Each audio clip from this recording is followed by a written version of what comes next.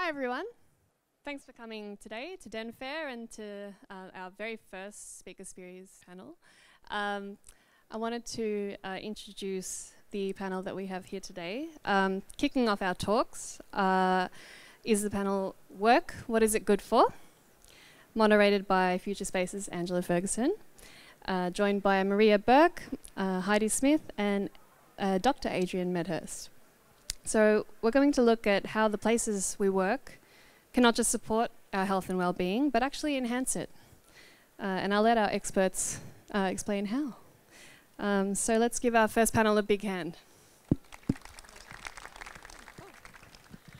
Good morning, everyone. Thank you, Sandra. This is an amazing space to be presenting in. I think we're all quite excited about that.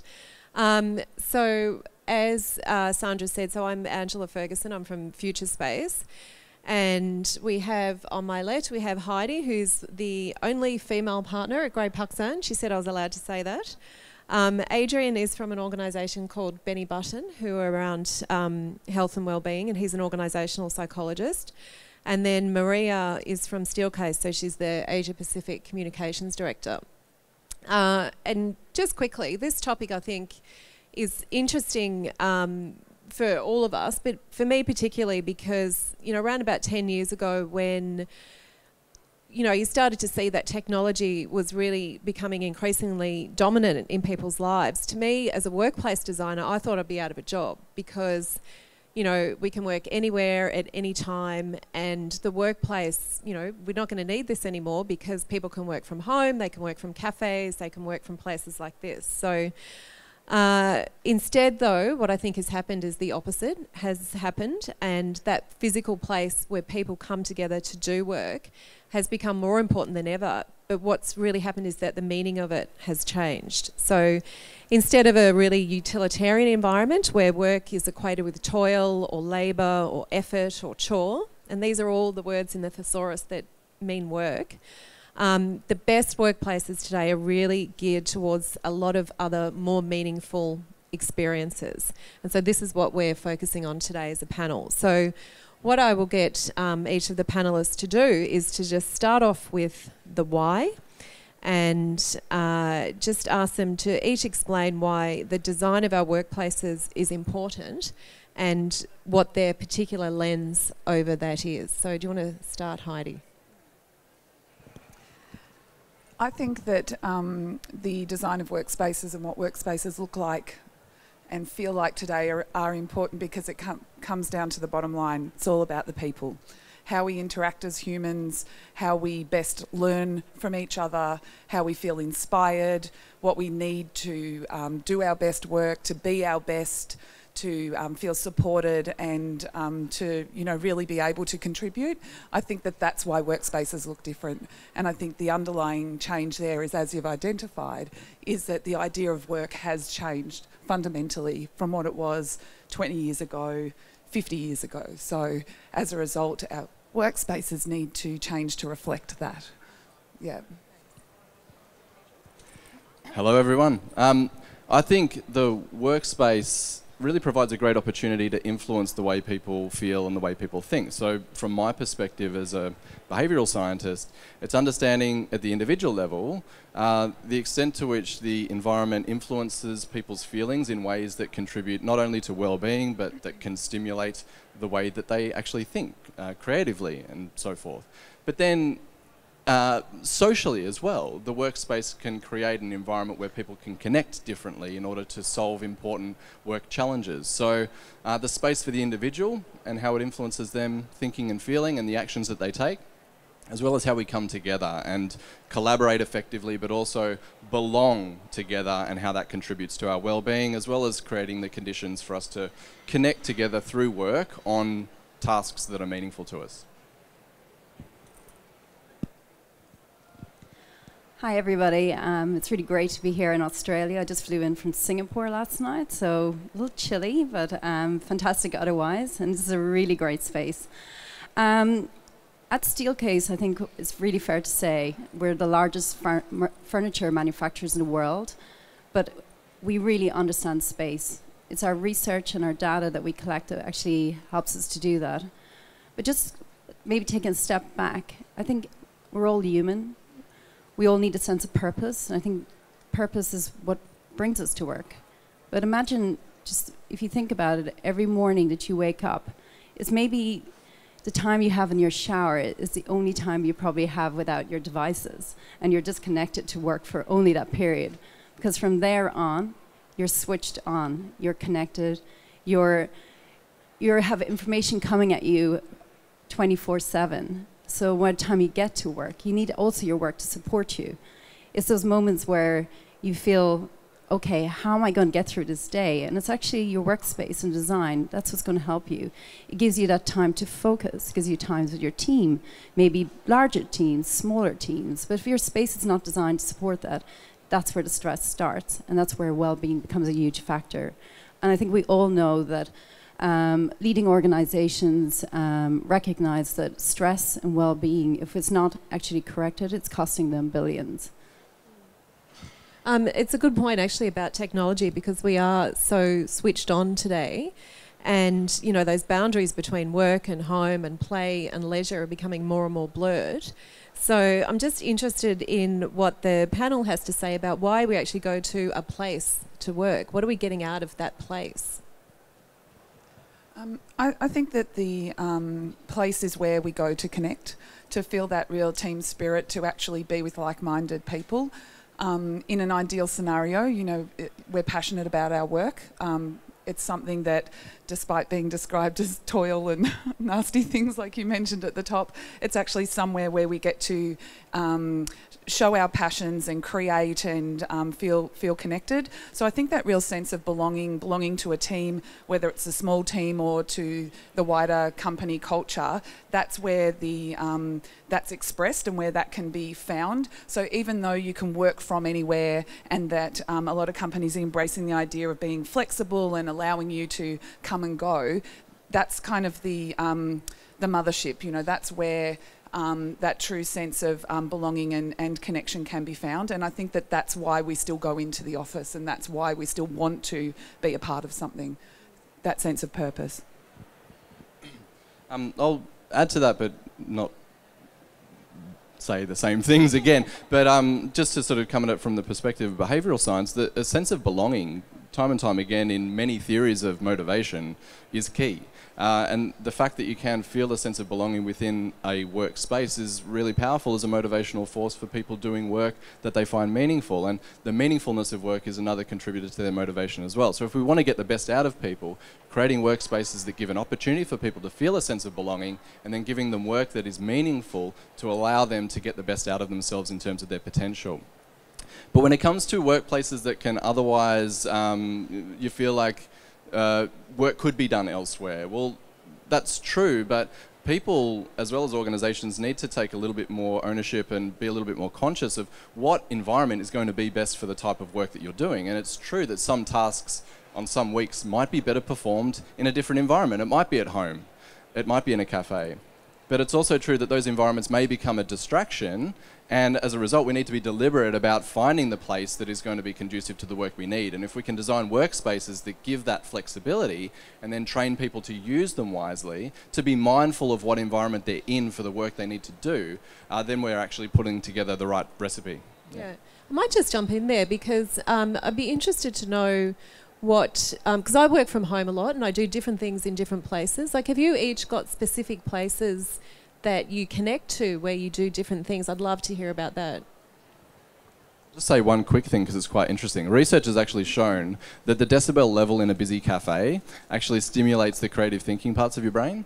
So the fact that you're in a cafe but you don't need to get distracted by the noise, instead of the interruption that can happen in an open plan workspace, can mean that you can use the stimulation of the environment but actually stay focused on the task without interruption. Anyway. Love it. All hail the extroverts in the room. I find the same thing. Going to a noisy space or to a busy space, I really vibe off the energy of that environment and find that I can do a lot of my retreat and focus work in that environment. I think it is dependent on personality type a bit as well, that some people do their best work in a more quiet environment than others, and I think that that's really important. Just to bring it back to, you know, my area, which is the physical design, the space itself, one of the biggest challenges we have with our clients is helping them come to an understanding that they don't, that the old way of working was that every single task you undertake happens on an 1.8 metre long desk with screens and telephones and books and files and stuff around you. But every single thing you have to do all day, every day, must be done at this one space. And actually changing that idea to lift their eyes is what I like to say. Lift your eyes from your desk. This whole space is now yours, and all these settings within this space belong to you. So select the setting to best suit the task, and making that connection can often be the biggest challenge. So whilst those of us who are already working quite flexibly and more agile can see the benefits of it, if you haven't had that experience already, trying to learn that and understand that can often be a bit of a roadblock. But it is about offering choice and allowing people to discover their own best places to work.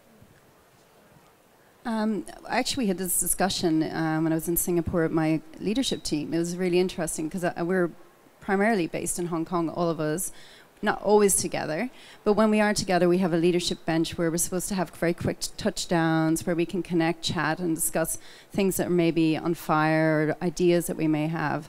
But sometimes I'm the one that tends to drift away from that leadership bench, and it's actually because of a personal liking towards, I like to stand, and I like to be near, I like to sit in high sits. And actually high sits, height adjustable tables are also some of the, I think one of the key delivers of health and well-being in the workplace is that you can adjust it to different times of the day.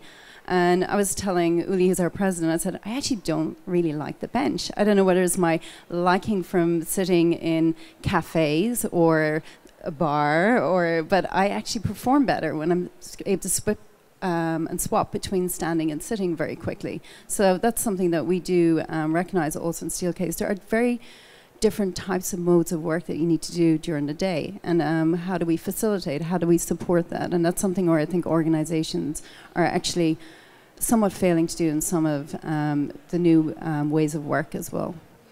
I think that's a really good point actually around health and well-being. So, you know, I think we've been, in Australia, we've been designing sustainable workplaces for a really long time. And I think the last few years that started to evolve into a bigger story around that moving and health and well-being. And I know that's your special area, Adrian. So would you like to talk a little bit about that, health and well-being at work, and where that's kind of sitting at the moment, and where you see some of those trends being taken up? Well, it's definitely the case that well-being across many metrics is not going in the direction that we would like. People are compromising their well-being as they push to perform and keep up with the pace and pressure of both life and work. And whilst workplaces can argue that it's perhaps not their responsibility to look after the well-being of their people, and that it's only about creating a workspace that doesn't make them unhealthy, rather than looking at the positive side, which is the value creation of an environment that produces and cultivates well-being, then that's a real opportunity for businesses, and they're starting to get it a little bit. But I think over time, and it's not too far away, it'll be legislated that workspace design and the workplace environment, not only physically, but the way in which work is designed to support people from a well-being and performance perspective is the way of the future. Yeah. And so Heidi, what are you being asked to design from your clients in terms of health and well-being at work? Well, one of the biggest changes that we've seen, you know, probably 20 years ago, or from this sort of traditional open plan, is that it used to be all about collaboration, all about vibrancy, all about bumping into each other, sharing information, exchanging information, all of that kind of fantastic stuff, which is brilliant and important and a really big part of our working environments. But what we got back then completely wrong was there was nowhere else to go. If you needed to retreat from that vibrancy and just have 5 minutes to decompress, where did you go to do that? You physically had to leave the office or find a little corner somewhere. So what we're seeing a lot more coming into our designs now is actual rooms, so quiet rooms with doors that you can close the door, and whether that's to do focused work in a more quiet environment or whether it's to actually retreat. But we're also seeing some absolutely fabulous furniture typologies come together where they've got high sides, or like this environment doing a pretty good job of absorbing a lot of sound and feeling quite, you know, cocooned here in a big vibrant space. So those options being provided around the floor. So really getting the ratio of typologies right, making sure that we have a variety of settings so that you can retreat and refresh as much as interact and engage, and then setting the behaviours up to go alongside that. But that's probably been one of the biggest changes. What we're also seeing in our buildings, so that's the physical fit-out space, but we do a lot of work for building owners as well and creating commercial buildings, and they're lifting their eyes from the end-of-trip facility, which did provide the people the opportunity to ride to work and have a shower and change, which has kind of come out of that sustainability area. But now they're developing, or we're developing, wellness centres. So it could be spaces for yoga, meditation, prayer, spaces for actual like consulting rooms where you might have psychologists or dietitians, or, you know, whoever coming in and offering their services, so that the people within the building or the tenants have access to these spaces and are really being able to embrace it. Art classes are becoming a huge a component of work, you know, the ability just to step back and turn your mind off from the actual day-to-day work and do something creative which, you know, enriches you and makes you feel less stressed, you know, taking those opportunities. Little brain gyms are appearing within our working environment, spaces where, you know, you can stretch, or you can paint for a while, or do a jigsaw, or, you know, whatever it might be. But just offering these alternates, recognising that people can't just do, you know, 8 hours, she says, ironically, 8 hours straight. That's a short day. Yeah, I know, right? You know, straight, just work the whole time, that we actually need those breaks. What's the take-up on those sorts of things, though, like the brain gyms and the, you know, painting in the middle of the day, or even like a table tennis in the middle of the day? Like, how's that working out?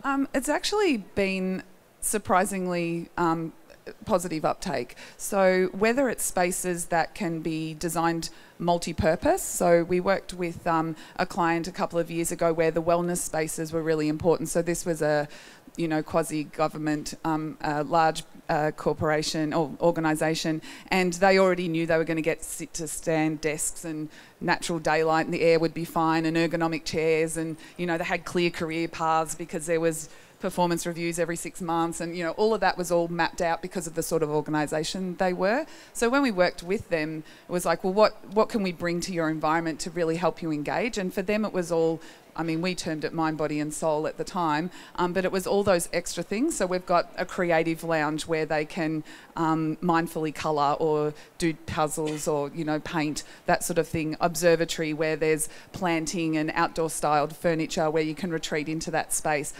There's a library area. All we did was provide, you know, the furniture for it, and from about the first month they had a full book of bookshelves full of books that they'd brought in to exchange. So what was deliberate about those was that all of those spaces could also be used for team meetings, focus work, retreat spaces. So from a business perspective, the organisation was on board with it because it wasn't these extra spaces that kind of sat there empty, nobody really knew what to do. They could be an integral part of the workday, or they could provide these other opportunities as well. Yeah, so, and Maria, I think you've probably got something to add to this, because I know Steelcase for a long time has been really focused on, you know, bringing that whole self to work and the health and well-being. And I remember seeing videos of Uli, you know, 15 years ago riding his bike to work and being very focused on well-being. Well, Uli takes it to another level. I think we really understand how work is changing. We know that design thinking is really becoming dominant, but I think we also have support, like, what is design thinking? How do you support the creative process? And what kind of spaces do we need? And I think you touched upon it, Adrian. It's like there's not just one type of space that can work. And at one point, like take it back a number of years, it was like everybody wanted to work from home. They loved the residential feel. They wanted to be feeling that comfort. But actually being alone at home is not very, it isn't the best way to create innovative ideas. And this is where I think it was Marissa Myers was one of the first to say, we want our people back. And then Bank of America followed, Aetna followed, and ended up became, I think it kind of shook up a lot of the large organizations, and they were like, something's happening. These major organizations are bringing their people back to work. Why? Because we know, actually, you perform better when you're with people. But what was failing those organizations at the time was the space wasn't actually supporting their needs. They know they needed different spaces to actually deliver different types of work. So, as you said, when you want to switch off and you need focus time, did we have the right space for that? When you wanted to rejuvenate and actually reflect upon your ideas, when you needed teamwork, large teamwork or smaller teams, where did they go? And this is something I think Steelcase, we use data. We help our companies that we work with by using data to actually measure space. We don't track people. We don't track people in the sense that we know what, where they are, your name, what you're doing, where you're going. But what we do is we do know how the space is used. So there was a lot of spaces, the informal spaces that were designed, and people weren't using them. And the organizations would say, oh, but we answered the brief. They want informal spaces. They want soft furnishings and this and that. But in all honesty, people were not using because they weren't designed with the proper functions that were needed. They didn't have power or proximity to power. The actual, when you sat in a chair, wasn't very comfortable, or it didn't. It just didn't perform like what you needed it to do. So we're really looking at now about performance ancillary, about longevity, how products can last at time, how they can deliver. And then really thinking about the space in the wider is like, how about materiality? How can we bring nature back in? How can we reflect that in the woods, in the finishes, the details, the colors, and actually have that reflect what really also brings that nature element that actually helps soothe people and remind them of the natural environment, which we know improves work something like 21% in productivity. And at the end of the day, companies want people to perform. They want to help them with productivity, but they want them to be happy at work. So it all is linked.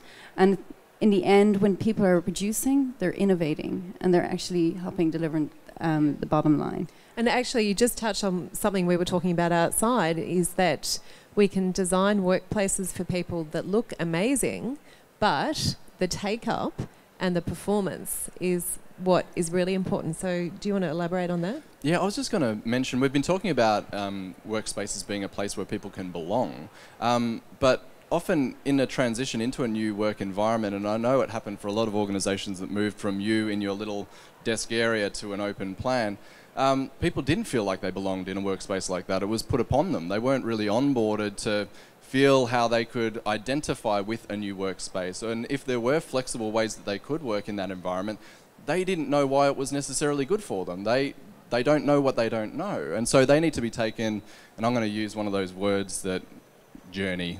They need to be taken on, but they do. They need to figure out, okay, well, if things are changing, why?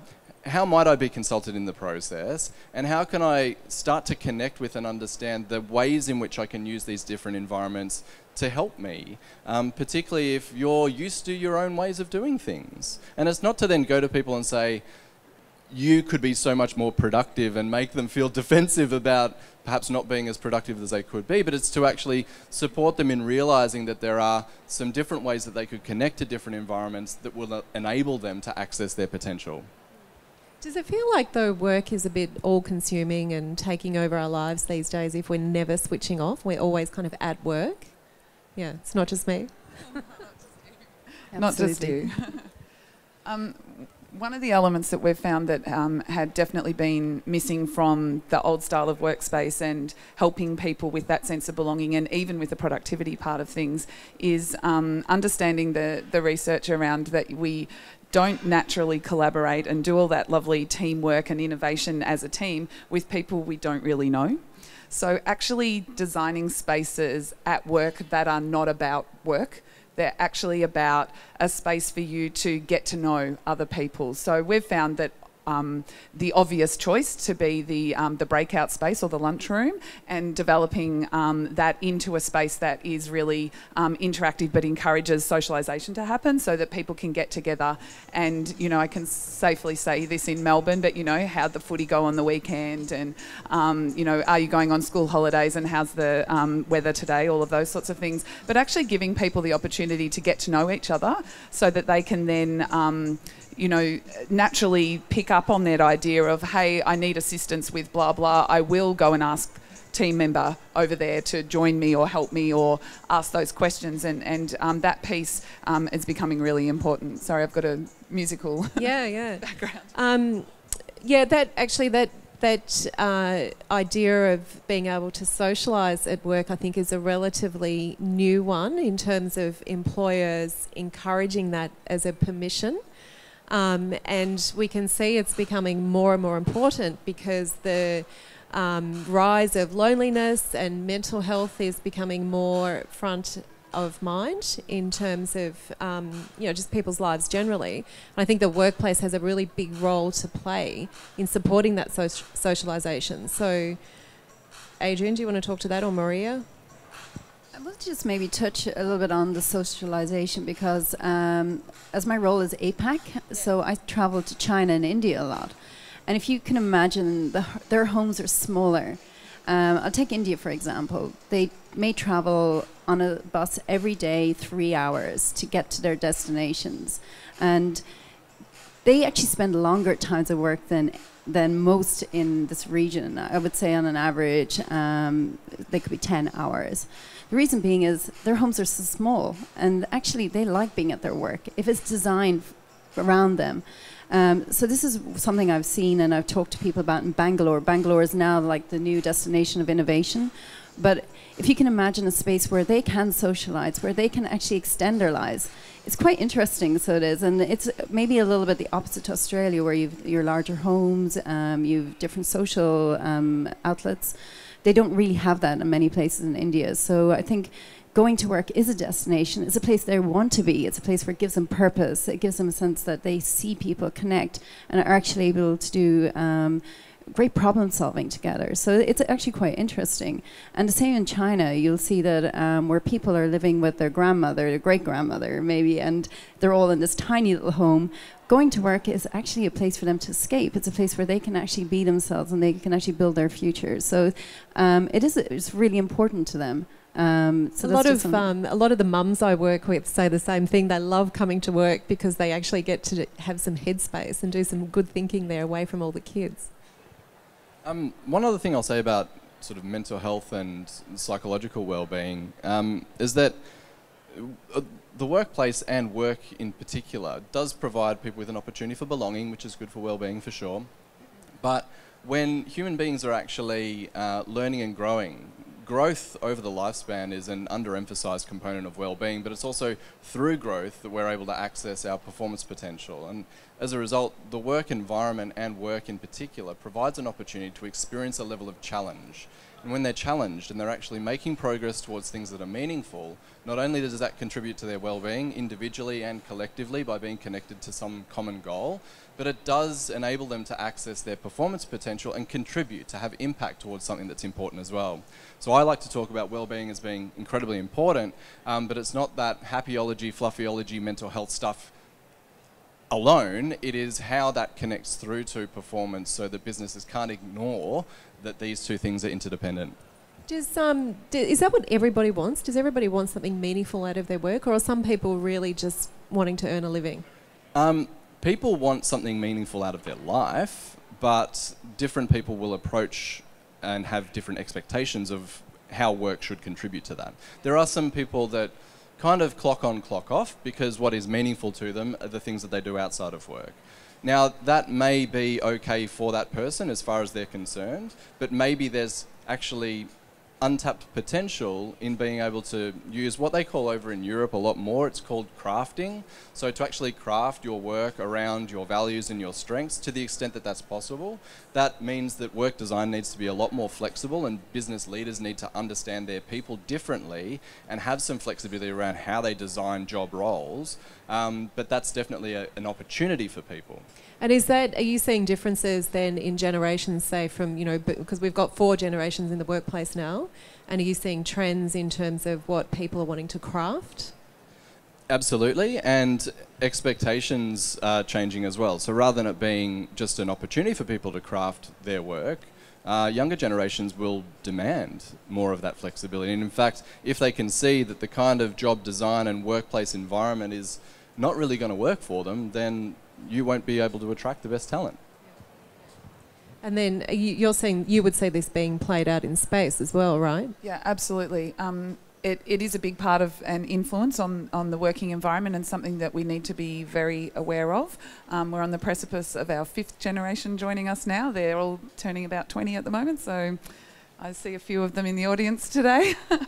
So we do need to be aware of it. I think the key is to understand it, but to also not generalise, because there's a lot of difference, and people are individuals. But I think that sense of purpose and that sense of belonging is a human trait and a human desire. And whether you're a Gen Xer or a iGen, I think we all want to have something that we feel that we're a part of. So whether you get that sense of belonging through aligned purpose and with the company that you work for, or a sense of belonging to a really great team and you love the people and that's the real driver, or the passion for the actual task that you're doing, I think that if you can find it somewhere in there and the working environment supports that, I think we'll all gravitate to our own tribes, and that's where the physical environment comes into play. So it embraces, if the physical environment reflects the goals and purpose for the company as a whole, then they'll attract the sort of people that represent that and desire that, and therefore everyone gets the success from that. Does that make sense? Yeah, definitely. And I think we're starting to demand, like we've been saying, different things from our workplaces.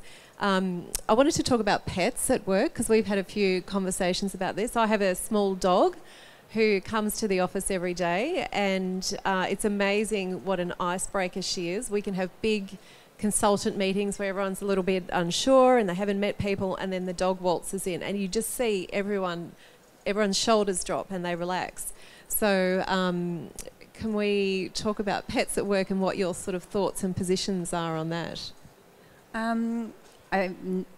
We don't have any in our work lives, but I would be all up for it if I could have a dog. Don't know if Uli would like it, but I have read a lot of articles around San Francisco and spaces allowing for dogs and accommodating them in their near their workstations proximity, that people bring their individual pets with them as opposed to having maybe one pet for the office. But I don't know how that works with maybe different types of pets and arguments. A goldfish. Yeah, maybe goldfish is safe. But I do think pets bring something different. As you said, break the ice. It's a very interesting and curious thing, and I haven't seen it in other areas across Asia Pacific. So, and I don't know if Australia has anything happening. Well, it's a bit. I think it depends on your building owner and what you can get away with. And because we're in a smaller studio space, so I just started bringing the dog, and then our building owner liked the dog, so it kind of worked out. But I think a lot of bigger buildings and landlords are a bit stricter about it. Yeah, and I've worked with some clients that have had pets in the work environment and seen the positive impact that they can have. The research behind the impact that pets can have and how you connect with them, and the neurochemicals that can flood through your brain and body as a result, can actually be used as fuel for creative endeavours. So you're right that you could see, for instance, if there's a connection to a pet, there's a change in your neurochemistry in an environment that may have been actually stimulating a negative charge, a meeting or whatnot. You can change state quickly through, I mean, I don't want to, these are little lives, right? But they can be kind of a tool. But and very powerful as well. Yeah. And Heidi, you're not into it. And they can even be rented, which I think is interesting. I worked in one work environment where they had an association with RSPCA, and then throughout the course of the year, they will have different pets come and visit the office space, and you would actually see people's energy change quite significantly in those moments. Yeah. That was what I was going to say, that the companies that can't have it every day because of the building that they're in or the building owner, any restrictions alongside that, there's the RSPCA connection, there's Guide Dogs Australia do similar kind of things. So having it as an event, big supporter of that. I mean, anything really that can bring that sense of joy into your day, like why wouldn't you embrace it? So there's other ways of achieving it than having everybody's pet in your office. Uber, when they launched in Australia, did a few collaborations too. I don't know if they did it in Melbourne, but in Sydney you could get like a dog or a kitten brought over to the office by Uber for the day. And I spent the whole day trying to get one sent over. I could never get through. I was actually just wondering, maybe there's this underlying need that we have, and that's why people watch so many cat videos on YouTube or something? I don't know. Possibly, who knows? I might just throw to the audience now, because we've probably got about 15 minutes. Does anyone here have any questions for any of the panellists? Or does anyone have a comment they want to make about their own workplace and how much they either do or don't love it? Or how much it does or doesn't inspire them? No? Okay. Well, yeah.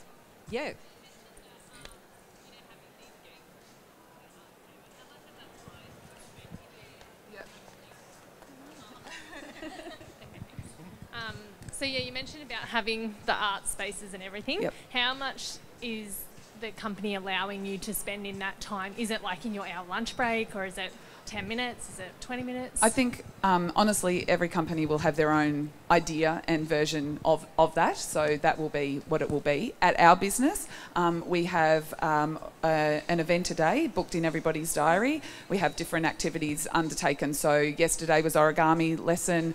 We've had mindfulness type training, how to meditate, salsa dancing, painting, all sorts of different things. We've got, Lego kits around and all sorts of bits and pieces, so people can choose to use the different areas within the office for a purpose at their leisure. The idea is that it's, sort of a 2 to 5 minute little break, plus these programmed events. So it's been really exciting and really, really fun. There's moments where, I was on a video call in an area that was only screened from the main lunchroom, and there was a big activity happening, and all of a sudden there's all this noise, and I mean, it was joyous, it was beautiful, but I kind of went, I'm going to have to relocate to this one. So, you've got to be a bit mindful. Yeah. Cool, thank you. And I think what's important about that too is that you can have these things scheduled, but there also needs to be the opportunity for those things to be unplanned. So if you find within your day that, because I know I will often, if I'm stuck in something, I'll go for a walk outside and then just change what's going on in my brain. So I think the important thing is that you have the choice to be able to do this when it's going to work for you as well. Yeah, the other thing I'll say to that is to have the choice, absolutely, but then to make it almost incidental, where you can stumble across an activity like that, because people will find something else to change where their headspace is focused. You work on certain rhythms. If you get to a point where you're a bit stuck or you're just tired of a task and you need a bit of an energizer, to have that easily available is really important, because otherwise people will be going outside, and that may be really great, or it may be that that's the only thing that they have available to them, or maybe they're reaching for another coffee or a chocolate bar, which they may have actually found more sort of restorative energy from a short mindfulness practice, or engaging with someone else in some sort of small activity, building a bit of Lego, and then they get back to work. Yeah. I think actually people are always looking for other ways to connect, also to challenge themselves. I think they're looking for new opportunities, as I said, to form other relationships, so that maybe it's just, I think, just to go outside their comfort zones. I think this gives them a very easy opportunity to do that. Comfort zone in the sense of actually for exploration. Yeah. Do we have any other questions? Yep.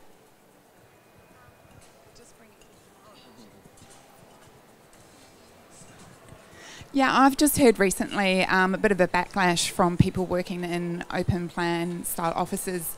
Not so much about the open plan, but not being able to necessarily get a desk to work, and having to be forced to go outside of work or go to cafe or something like that. So I was just curious if you've you've heard this and organisations are hearing this and what they're doing about that. Absolutely, yes. There are lots of open agile type working environments out there that are not working, and that's a reality. Type, open plan workspace sucks into Google and top 10 hits, there'll be research this and information that. My opinion is that those kinds of spaces where people feel like they're having to fight for a space, they're having to fight for a desk, or that they need to be in there early to get the best desk and all of that kind of attitude, I truly believe that that is a disconnect between the physical environment that was provided and the way the company is choosing to run their business. Because my bottom line is that you have to understand how you want people to work. So whether it's the company directing, this is how we want our people to engage and work and create product, be productive and create purpose, then you need to build a physical environment that supports that. So if you don't get those things connected well, there's kind of 3 parts to it. Unfortunately for the designers in the room, it is not build it and they will come. It doesn't work that way. We have to respond to the culture, we have to train the people, which is where my colleagues here come in. We have to bring them along, understand the behaviours, and then build a physical environment that supports that. So building a space that is activity-based working, or ABW, you've probably heard it, it's kind of the hot news, still the hot news at the moment. Building that because everybody else is doing it, and that's your reason for doing it, then you're going to become one of those workspaces where people feel uncomfortable, and that's not success. And it shouldn't just be a cost-saving exercise either. It should be a people-focused exercise. We often talk about, like your cost of your fit-out, like building a fit-out is probably about 1 to 2%, maybe 3% of your organisation's costs, but 80% of your business's costs will be your people with salaries and wages and training. So do you want to influence the 80% or do you want to, focus on the 1%? So it's getting the focus right. I think that's really critical. Yeah, I agree. I think it needs the focus on people at the end of the day. I think it's actually, we see it a lot at Steelcase. This is where we bring our expertise to the table, where we do go into organizations and they have an idea, but actually we already can sense like true questions, true consulting about, have you consulted with the teams that you're working with? What type of work are you going towards? And then you get a sense that actually, is this organization actually focusing on the right things? Are the leadership of the organization connected with the HR? Is change management there? It's all linked. So we generally engage with organizations to do analog observational skills. We then compile, we would then marry that with technology and have data and over time, maybe 3-month periodic studies, and actually get real information around what is really happening in your space, and then deliver that back, consult, and try and help organizations deliver the right solution for their people, because it is about humans, and I think, Angela, you touched upon it. It's about the investment. Real estate is one side of the investment, but people is the other side, and that's where you will get the return at the end of the day, and that's where your business will drive, and that will help you drive your revenue.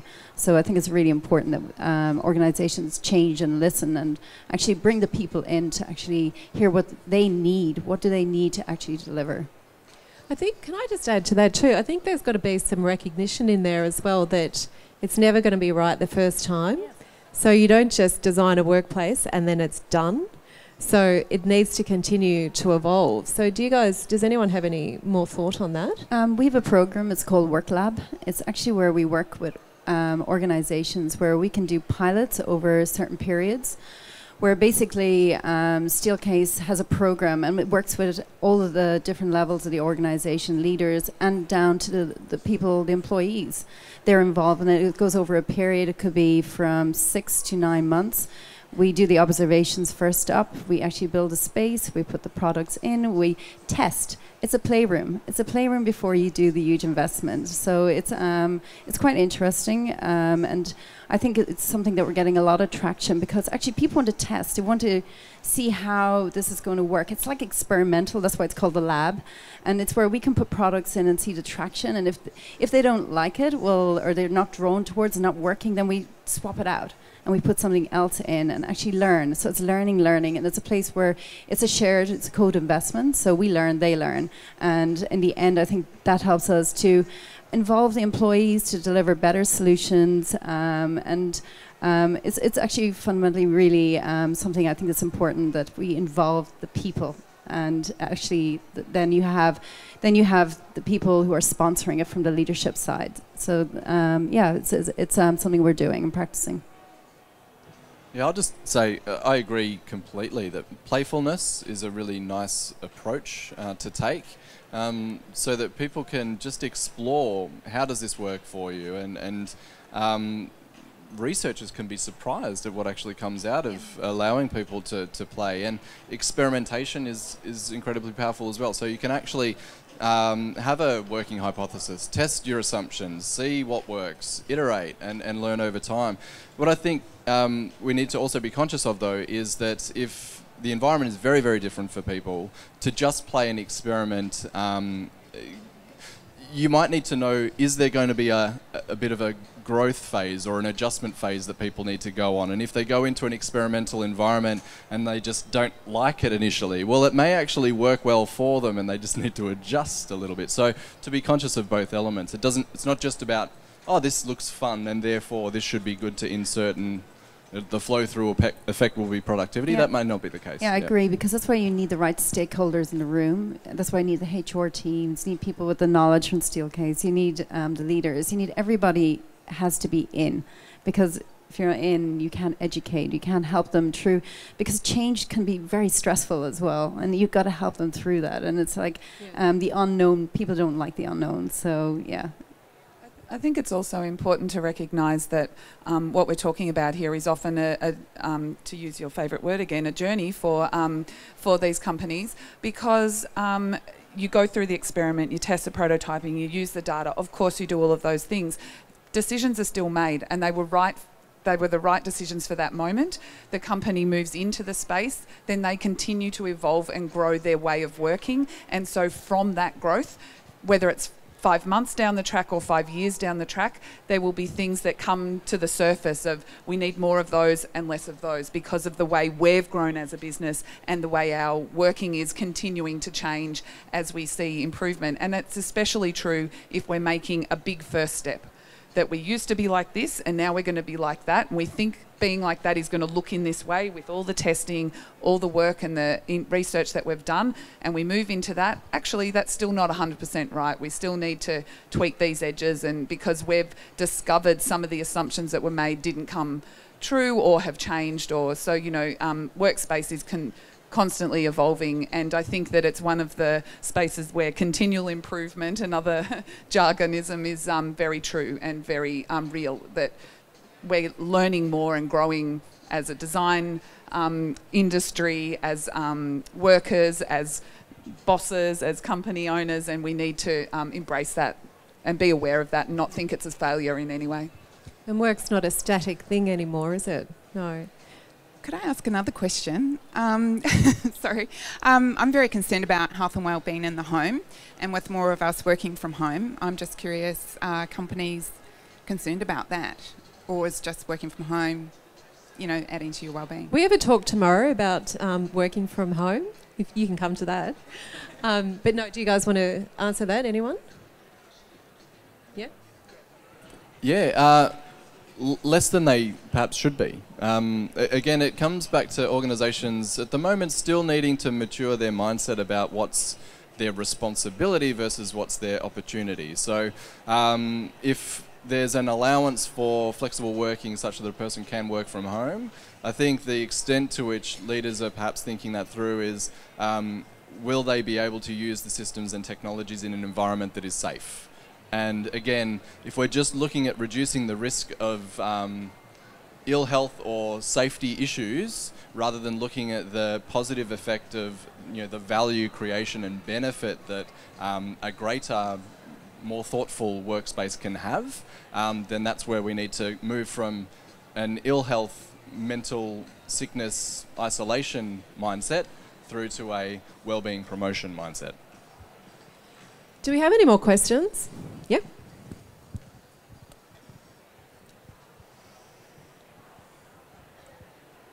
What do you think about putting gyms in workplaces and encouraging people to take time off to do some stretches, exercises? Because I know that a lot of workplaces, because of the nature of the work, people are sitting all day in front of computers, and they might be sitting on a desk or a table that's designed for everybody, and it might not exactly suit what they need, and they'll end up with back problems or lower back pain, head and neck stresses. What do you have to say about that? I think the more that we can make exercise and physical activity a very convenient option for people to integrate into their day, the better things will be. But it's also true that certain people don't feel comfortable going to the workplace gym to be in their lycra around others, and so nobody wants to see that. No, and I was also having, well, particularly not me in my lycra, right? But I was having a chat to one of the guys outside. I think Techno Gym is the environment, but there's cultural things that need to be put in place, because to be seen in your workplace gym during lunch when everyone else is eating lunch at their desk because we're so busy, how selfish of you or self-indulgent to take the time out to exercise. So this very much needs to be a cultural thing, as well as utilising the workplace as an opportunity for people to have a convenient option for more physical activity. I think if you design the right space as well, that it's important to have movement through the day, so that you're not always sitting at the one desk, that you're encouraged to get up and move around. So if the space is designed correctly, then you're able to actually move from different spaces, suit your different types of work that you're doing during the day, and support your different postures. I think that's also going to help. And I think I mentioned earlier, sit-to-stand desks, they actually really do help and contribute. I think I was reading an article, the Steelcase contributed with the Mayo Clinic, and it was that to have a sit-to-stand desk is actually can improve your back and your neck by something like 52%.